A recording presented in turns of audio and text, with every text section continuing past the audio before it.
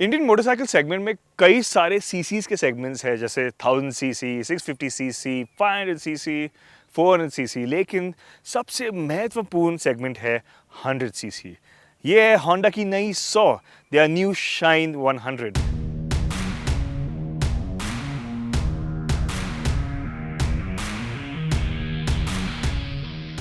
और ये motorcycle specifically target की गई है हीरो के स्प्लेंडर की तरफ।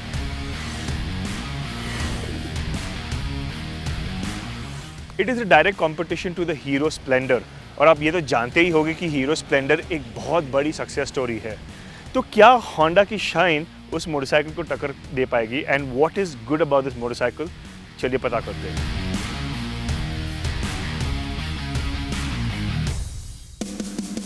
हमने होंडा शाइन 100 को एक क्लोज्ड एनवायरनमेंट में चलाया था जहां ट्रैफिक और भीड़ नहीं थी।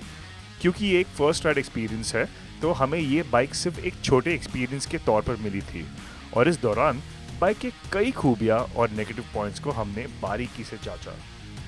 अब डिज़ाइन के बारे में बात करें तो काफ़ी सिंपल और क्लीन डिज़ाइन है। होंडा का कहना है कि दिस टारगेटेड टू बायर्स जिनको बहुत ही सिंपल और एक इनऑफेंसिव डिज़ाइन चाहिए। तो अगर आप देखेंगे तो लाइंस काफ़ी सिंपल और नीट है।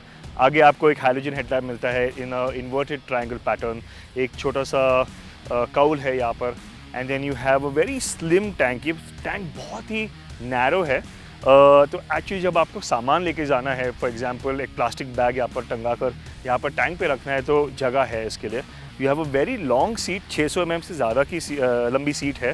तो अगर आप अपने माता जी को पिलियन की तरह लेके जाना चाहते हैं तो there is ample of space for you to sit behind and take her around. बाकी बॉडी पैनल तो काफ़ी सिंपल है ये, लेकिन जो ग्रीन शेड है स्टिकर्स का, ये काफ़ी अच्छा लगा मुझे।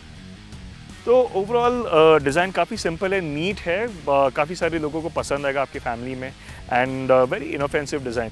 बाइक के क्वालिटी लेवल्स को देखें तो कुछ एरियाज अच्छे हैं और कुछ नहीं। फॉर एग्जांपल साइड और टेल पैनल्स की प्लास्टिक क्वालिटी हमें अच्छी नहीं लगी। हैंडलबार क्लैंप और इंजन ब्लॉक की फिनिशिंग भी होंडा लेवल ऑफ क्वालिटी की तरह नहीं है।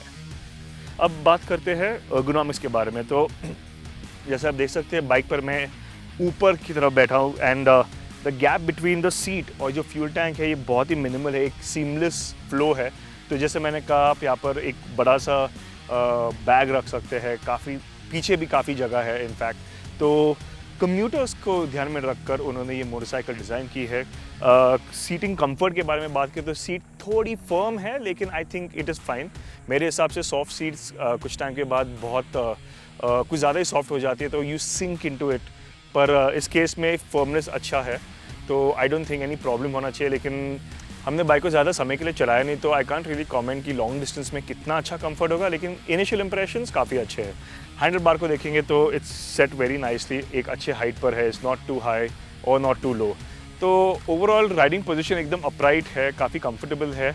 और मेरा मानना है कि पीछे जो पिलियन है वो भी काफ़ी कंफर्टेबल रहेंगे, क्योंकि आप देख सकते हैं तो स्पेस बहुत ज़्यादा है यहाँ पर।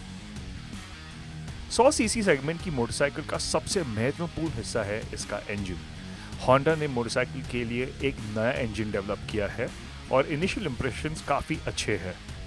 पहली बात तो इंजन बहुत स्मूथ है, तो लो या हाई स्पीड्स पर वाइब्रेशंस मिनिमल है। दूसरी ओर इंजन रिस्पॉन्सिव भी है और ये इसकी बड़ी खूबी है।